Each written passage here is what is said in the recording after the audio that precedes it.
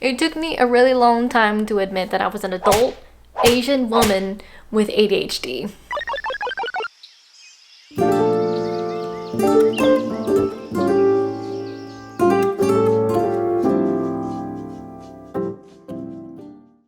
I was diagnosed with attention deficit hyperactive disorder when I was 26, and it's been 2 years since I found out. I feel like I gotta fully accept my challenges and get real with myself. I'm not doing a great job at being an adult right now. I'm figuring out what works best for me to be happy, productive, and healthy, whatever that means. In order to do so, I have to grieve the loss of old me.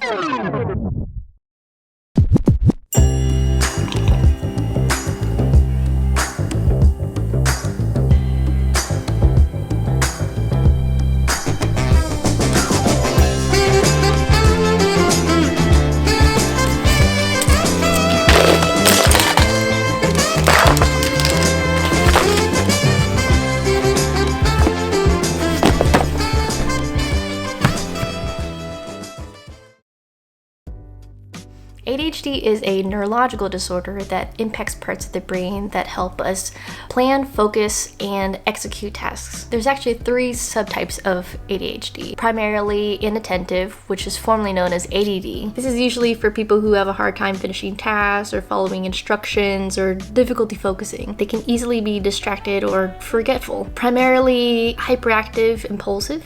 The fidget spinner lovers, the chatty, the impatient, and the impulsive. And then there's combined type ADHD, where you have the best of both worlds, aka me.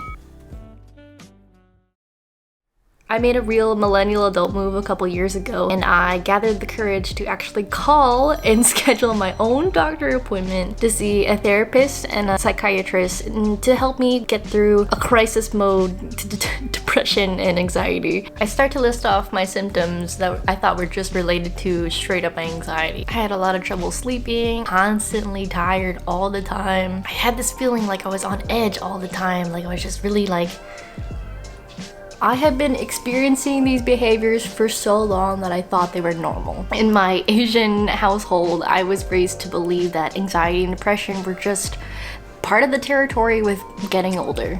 So the doc straight up asked me if I ever thought I might have ADHD. ADHD?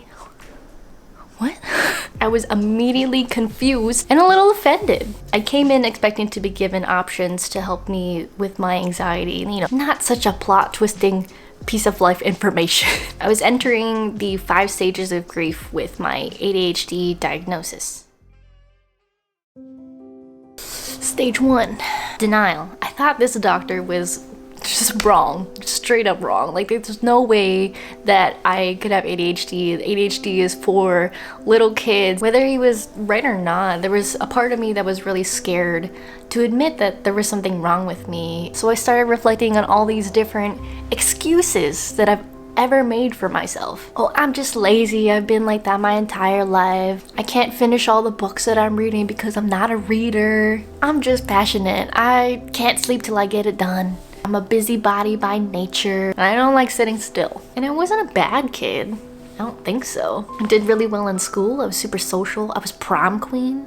I had normalized all of my dysfunctions instead of getting the help that I needed to be the best version of myself. To anger. I was pissed. If I had ADHD this whole time, how come no one ever told me? I would have saved myself so much time and embarrassment in school knowing that I had other options for learning. I remember so vividly that I was the kid in school who was super artistic, creative. I used to draw on all of my worksheets, my notes, and I had to tell my teachers, I'm paying attention. I went to that doctor's office 100% certain that I just had anxiety and depression. I did not know that these two can be related to an ADHD diagnosis. Stage 3, bargaining. I go home and I Google the crap out of ADHD. I thought that if I just studied how successful people design their lives, build their routines, and structure everything in their lives, that I would be just fine. Stage 4, depression. I quit I quit a few really good, stable jobs. I felt like a total failure. I felt like I couldn't keep up. My anxiety, my depression, my ADHD were all taking over, and I thought it was really important that I slow all the way down and take a break. And then I developed some major insecurities. You know, what would people think of me? Would they think of me any differently? Or would they treat me any differently? How do I bring this up to employers without making it seem that I need special treatment or something? I was afraid to ask for accommodations to help me do my job better. What if my diagnosis was wrong and I'm actually just another millennial full of excuses? Stage 5, Mochi. To be honest, I'm just at the start of my ADHD journey. It took me a really long time to admit that I was an adult Asian woman with ADHD. I still have a ways to glow, but today was the first day I actually reflected on the benefits of having ADHD. It allows me to hyper-focus or get in the zone of what I'm really engaged in. I'm super creative and I always have been. I pick up on so many random hobbies. I'm able to connect and make friends with a lot of people outside of my comfort zone. We are allowed to speak about our challenges and how we're improving and thriving without carrying any guilt or shame.